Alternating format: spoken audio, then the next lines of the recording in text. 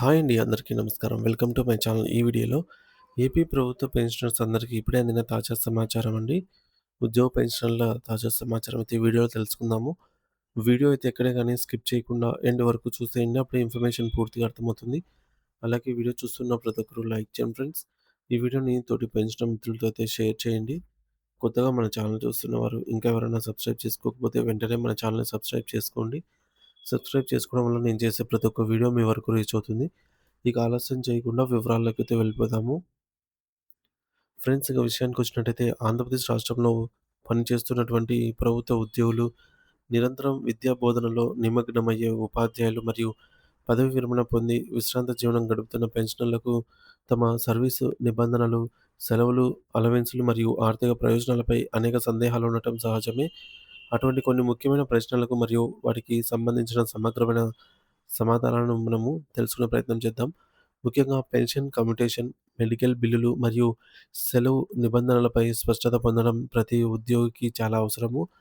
ముందుగా physically handicapped allowance గురించి చర్చించుకుంటే, వికలాంగులైన ఉద్యోగులకు ప్రభుత్వం ఇచ్చే ఈ ప్రత్యేక భత్యాన్ని ఏ ఏ సందర్భాల్లో నిలిపివేస్తారు లేదా కోత విధిస్తారనే దానిపై చాలామందికి అవగాహన అయితే ఉండదు. సాధారణంగా ఉద్యోగి విధులకు హాజరైనప్పుడు మాత్రమే ఈ అలవెన్స్ వస్తుంది. కేవలం సాధారణ సెలవు, క్యాజువల్ లీవ్ మినహాయించి మిగిలిన ఏ రకమైన సెలవులో ఉన్నా సరే, ఉదాహరణకు medical leave are earned leave ఆ కాలానికి అలవెన్స్ అనేది చెల్లించబడదు. అదేవిధంగా పాఠశాలలకు ఇచ్చే దీర్ఘకాలిక సెలవులైనటువంటి వేసవి సెలవులు, సమ్మర్ వెకేషన్, దసరా మరియు సంక్రాంతి సెలవుల కాలంలో కూడా ఈ అలవెన్స్ అయితే రాదు. ఎందుకంటే ఈ భత్యం ఉద్యోగి తన విధులకు హాజరయ్యేందుకు అయ్యే అదనపు ప్రయాణపు ఖర్చుల కోసం ఇచ్చేది కాబట్టి విధులకు దూరంగా ఉన్న సమయంలో దీనిని నిలిపివేస్తారు. మరొక ముఖ్యమైన అంశం హాజరు మరియు బయోమెట్రిక్. జాతీయ పండుగలైన ఆగస్టు 15 మరియు జనవరి 26 రోజుల్లో బయోమెట్రిక్ వేయాలా లేదా హాజరు పట్టికలో సంతకం చేస్తే సరిపోతుందనే సందేహం ఉంటుంది. ఈ 2 రోజులు జాతీయ సెలవు దినాలుగా పరిగణించబడతాయి కాబట్టి సాంకేతికంగా బయోమెట్రిక్ హాజరు లేదా సంతకం చేయవలసిన అవసరం ఏమీ లేదు. కానీ ఒక బాధ్యతాయుతమైన ప్రభుత్వ ఉద్యోగిగా పాఠశాలలో లేదా కార్యాలయాల్లో నిర్వహించే జెండా ఆవిష్కరణ వేడుకలకు తప్పనిసరిగా హాజరు కావాలి.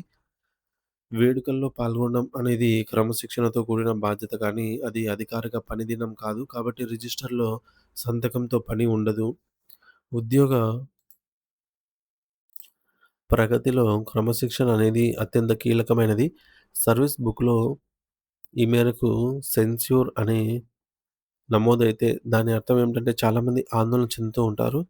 ఆంధ్రప్రదేశ్ సివిల్ సర్వీసెస్ సీసీఏ నిబంధనల ప్రకారం రూల్ నంబర్ 9 క్లాస్ 1 మరియు జీఓఎంఎస్ నంబర్ 53 ప్రకారంగా సెన్స్యూర్ అంటే ఒక రకమైన స్వల్ప దండన లేదా తీవ్రమైన హెచ్చరిక అని అర్థము. ఇది ఒక ఉద్యోగి యొక్క సేవా కాలంలో మచ్చగా మిగిలిపోతుంది.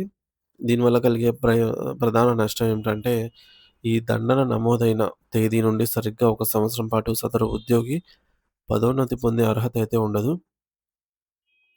మరి ఆ ఏడాది కాలం గడిచిన తర్వాతే వారిని తదుపరి ప్రమోషన్‌లకు పరిగణలోకి తీసుకుంటారు. మరి వైద్య సదుపాయాలకు సంబంధించి ముఖ్యంగా చిన్న పిల్లలకు ఆరోగ్య విషయంలో ప్రభుత్వం పెద్దపీట వేస్తోంది. ఒక మహిళా ఉద్యోగి లేదా పెన్షనర్ మగబిడ్డకు జన్మనిచ్చినప్పుడు ఒకవేళ ఆ బిడ్డ ఆరోగ్య పరిస్థితి విషమించి వెంటిలేటర్‌పై ఉంచాల్సొస్తే, ఆ ఖర్చులను మెడికల్ రియంబర్స్‌మెంట్ కింద క్లెయిమ్ చేసుకోవచ్చా అనే ప్రశ్నకు సమాధానం అవునండి.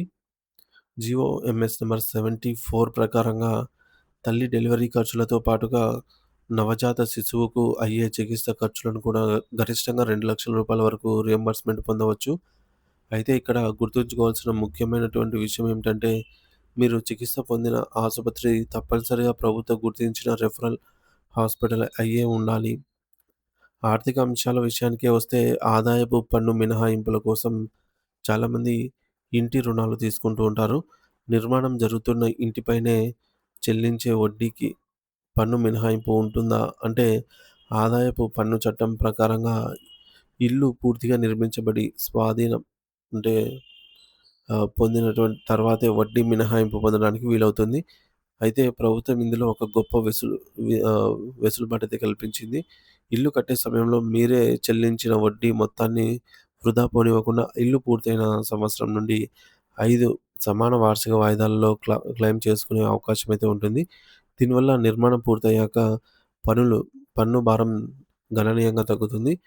పెన్షనర్లకు సంబంధించి ఒక కీలకమైన సందేహం పెన్షన్ కమ్యుటేషన్‌పై సీలింగ్ ఉందా అని.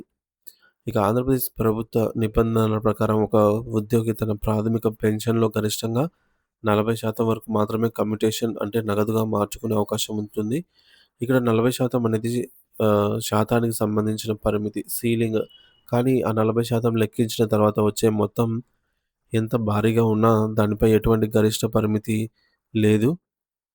అంటే వయస్సు మరియు పెన్షన్ మొత్తాన్ని బట్టి ఆ కమ్యుటేషన్ వాల్యూ ఎంత వచ్చినా సరే ప్రభుత్వం చెల్లిస్తుంది. కమ్యుటేషన్ అనేది రిటైర్మెంట్ సమయంలో ఒకేసారి పెద్ద మొత్తంలో నగదు అవసరమైన వారికి ఎంతో ఉపయోగకరంగా ఉంటుంది. ఇకపోతే జిల్లా బదిలీలు లేదా వేరే జిల్లాల్లో కొత్తగా ఉద్యోగం పొందిన వారికి వేతన రక్షణ అనేది ఒక పెద్ద ప్రశ్నే.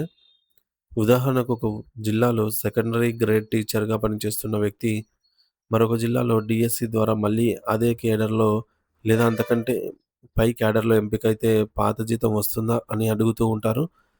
సో, మీరు ప్రస్తుతం ఉన్నతాధికారుల నుండి ముందస్తు అనుమతి పొంది, సరైన పద్ధతిలో దరఖాస్తు చేసి, పరీక్ష రాసి ఉంటే మీకు ఖచ్చితంగా వేతన రక్షణ అయితే లభిస్తుంది. దీనివల్ల మీరు మీ పాత సర్వీస్‌లో మీరు పొందుతున్న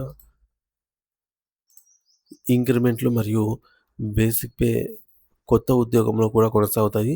తద్వారా మీరు ఆర్థికంగా నష్టపోరు. సెలవు నిబంధనల విషయానికొస్తే భార్యాభర్తలిద్దరికీ ప్రయోజనం చేకూర్చే నిబంధనలున్నాయి. భార్యకు ట్యూబెక్టమీ ఆపరేషన్ జరిగినప్పుడు భర్తకు ఇచ్చే ప్రత్యేక సెలవు మరియు పితృత్వ సెలవు 2 వాడుకోవచ్చా అంటే నిరభ్యంతరంగా వాడుకోవచ్చు. ట్యూబెక్టమీ సెలవు అనేది శస్త్రచికిత్స తర్వాత భార్యకు సహాయకుడిగా ఉండేందుకు ఉద్దేశించబడింది. పితృత్వ సెలవు అనేది ఇక్కడ పుట్టిన బిడ్డ సంరక్షణ కోసం ప్రభుత్వం కల్పించిన 15 రోజుల వెసులుబాటు. ఈ పితృత్వ సెలవును బిడ్డ పుట్టిన 6 నెలలలోపు ఎప్పుడైనా వాడుకోవచ్చు. ఈ 2 సెలవుల ఉద్దేశాలు వేరు వేరు కాబట్టి వీటిని వేరువేరుగా పరిగణిస్తూ ఉపయోగించుకోవచ్చు. చివరగా సర్వీస్ మొత్తం మీద వాడుకునే కమ్యుటేషన్ సెలవుల గురించి తెలుసుకోవాలి. ఆంధ్రప్రదేశ్ సెలవుల నిబంధనలో రూల్ నంబర్ 15(బ) ప్రకారంగా ఒక ఉద్యోగి తన మొత్తం సర్వీస్ కాలంలో గరిష్టంగా 240 రోజులు మాత్రమే కమిటెడ్ సెలవులను వాడుకోవడానికి అవకాశం ఉంటుంది. ఒకవేళ ఎవరైనా అవగాహన లేక 260 రోజులు వాడుకుంటే అది నిబంధనలకు విరుద్ధమవుతుంది. అటువంటి సందర్భాల్లో అదనంగా వాడినటువంటి ఆ 20 రోజులను ప్రభుత్వం తిరిగి అర్ధవేతన సెలవుగా మారుస్తుంది. దీనివల్ల ఆ 20 రోజులకు గాను పొందిన పూర్తి జీతంలో సగం మొత్తాన్ని ప్రభుత్వం రికవరీ చేస్తుంది. కాబట్టి సెలవుల విషయంలో నిబంధనలను తూచా తప్పకుండా పాటించడం ఉద్యోగులకు ఎంతో శ్రేయస్కరం.